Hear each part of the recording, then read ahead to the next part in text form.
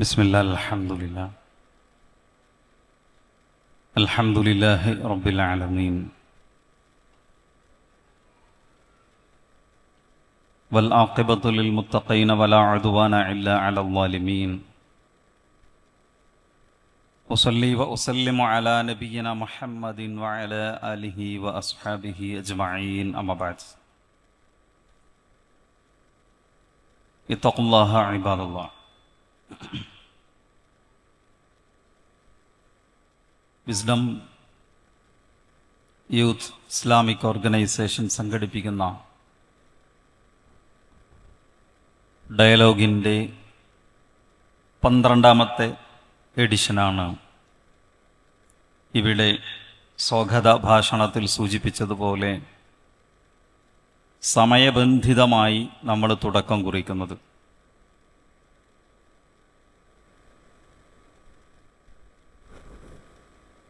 കേരളത്തിൽ നാസ്തിക ലിബറൽ സമൂഹം ഉന്നയിക്കുന്ന അടിസ്ഥാനരഹിതമായ മതവിമർശനങ്ങളെ ആളുകൾക്ക് തെറ്റിദ്ധാരണയുണ്ടാക്കുന്ന പ്രചാരണങ്ങളെ വസ്തുനിഷ്ഠമായി സത്യസന്ധമായി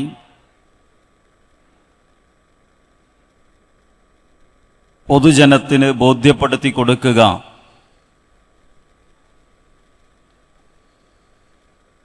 അതോടൊപ്പം തന്നെ ശരിയായ മതം എന്ത് എന്ന്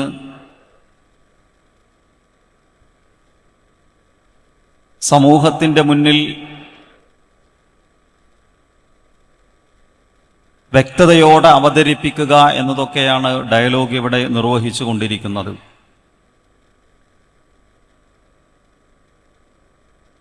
സോഷ്യൽ മീഡിയ പ്ലാറ്റ്ഫോമുകൾ ഉപയോഗപ്പെടുത്തി ആളില്ലാ പോസ്റ്റിലേക്ക് ഗോളടിക്കുന്ന ഒരു രീതി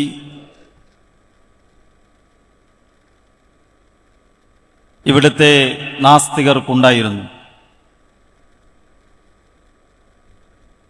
തിരൂരിലെ ഡയലോഗോടുകൂടിയാണ് നവലിബറലിസത്തിൻ്റെ അത്തരം വാദങ്ങൾക്ക് അതിനെ ഒന്ന് പൊളിച്ച് കാണിക്കാൻ, അവരുടെ ആ മുന്നേറ്റത്തിന് തടയിടാൻ കേരളത്തിൻ്റെ മണ്ണിൽ സാധിച്ചത്. എക്സ് മുസ്ലിം എന്ന മേലങ്കി അണിഞ്ഞ് പുരോഗമനത്തിൻ്റെയും പരിഷ്കരണത്തിൻ്റെയും നവോത്ഥാനത്തിൻ്റെയും സാമൂഹിക മുന്നേറ്റത്തിൻ്റെയും ഒക്കെ പേര് പറഞ്ഞ്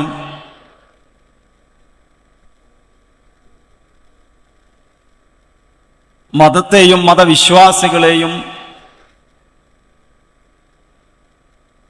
വളരെ മോശമായ രീതിയിൽ നുണകൾ കെട്ടിപ്പടച്ചുണ്ടാക്കി സത്യത്തോട് യാതൊരുവിധ കൂറും നീതിയും പാലിക്കാതെ യാഥാർത്ഥ്യങ്ങളോടൊരൽപ്പം പോലും ബന്ധമില്ലാത്ത കാര്യങ്ങൾ ജനങ്ങളുടെ മുന്നിൽ അവതരിപ്പിച്ചുകൊണ്ടാണ് ഈ ആളുകളുടെ പ്രചാരണങ്ങൾ ഇവിടെ നിലനിന്നിരുന്നത്. അവിടെ അവർ ഏറ്റവും അധികം വിമർശിച്ചിരുന്നത് പ്രവാചകനെയായിരുന്നു, തിരുനബിയുടെ കുടുംബജീവിതത്തെയായിരുന്നു, പ്രവാചകന്റെ ഭാര്യമാരെയായിരുന്നു. തിരൂരിൽ 1ാമത്തെ ഡയലോഗ് പ്രവാചകന്റെ കുടുംബജീവിതവും അവിടുത്തെ ധാർമ്മികതയുമായി ബന്ധപ്പെട്ട വിശാലമായ വിഷയങ്ങളെ ആ മേഖലയിലുള്ള ഇവരുടെ പ്രചാരണങ്ങളെ തുറന്നു കാണിച്ച് അവതരിപ്പിക്കുകയുണ്ടായി. മാനവ സമൂഹത്തിന് മാർഗദർശനമായി അള്ളാഹു അവതരിപ്പിച്ച വിശുദ്ധ ഖുർആൻ എന്ന വിഷയത്തെ മുന്നിൽ വെച്ചുകൊണ്ടാണ് കണ്ണൂരിലെ ഡയലോഗ് നടന്നത്.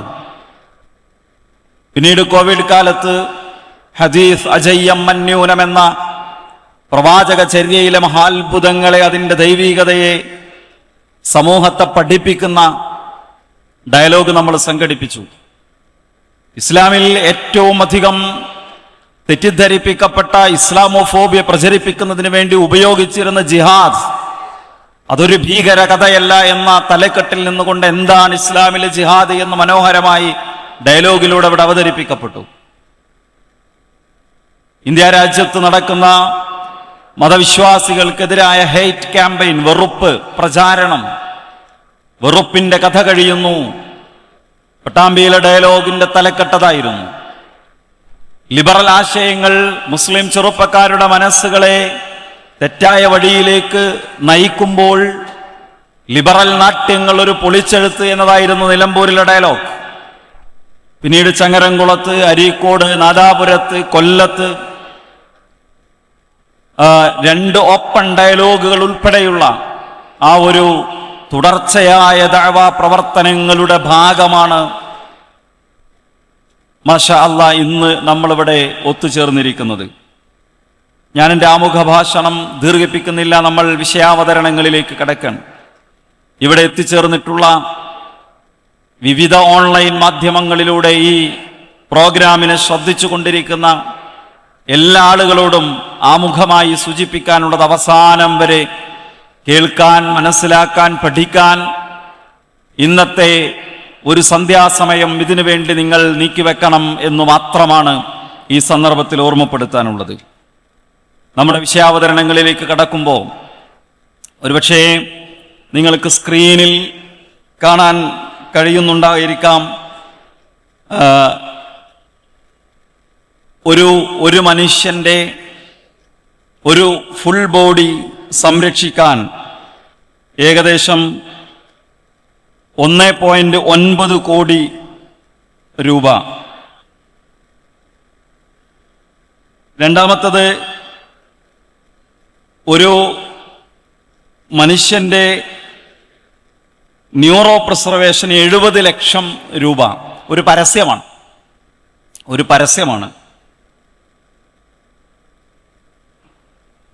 ട്രാൻസ്പോർട്ടേഷൻ ഫ്രീ ആണ്. ഇതാരുടെ പരസ്യമാണെന്നറിയോ?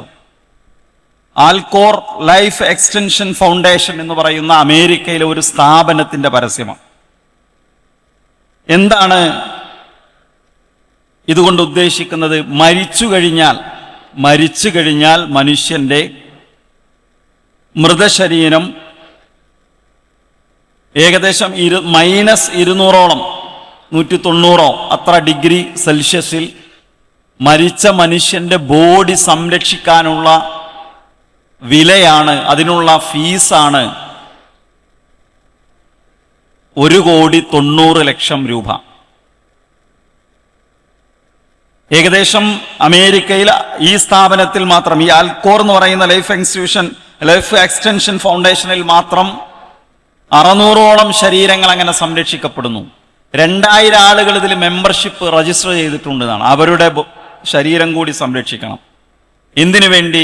ഏതെങ്കിലും ഒരു കാലത്ത് മരണത്തിനൊരു പരിഹാരം, മരിച്ചുപോയവരെ തിരിച്ചു കൊണ്ടുവരാൻ ശാസ്ത്രത്തിന് കഴിയുമെങ്കിൽ അന്ന് ഞങ്ങളുടെ ബോഡിയിലേക്ക് ജീവൻ തിരിച്ചു കിട്ടും എന്ന പ്രതീക്ഷയോടുകൂടി ആണ് ഈ ആളുകൾ അവരുടെ മൃതശരീരങ്ങൾ സംരക്ഷിക്കാൻ വേണ്ടി ഇത്രയും വലിയ തുക ചെലവഴിച്ച്, മരിച്ച മനുഷ്യർ മരിക്കുന്നതിന് മുമ്പ് തങ്ങളുടെ സമ്പത്തിൽ നിന്ന് ഇത്രയധികം വലിയ തുക ചെലവഴിക്കാൻ. അപ്പോൾ ശരിക്കും ഇവർ മരണത്തെ എങ്ങനെയാണ് കാണുന്നത്? എന്താണ് ഇവർ മനസ്സിലാക്കിയ മരണം? നമ്മുടെ ആദ്യത്തെ അവതരണം ഡോക്ടർ റോഷനാണ്. മരണം മതത്തിലും ശാസ്ത്രത്തിലും അദ്ദേഹത്തെ സ്നേഹപൂർവ്വം ക്ഷണിക്കുന്നു.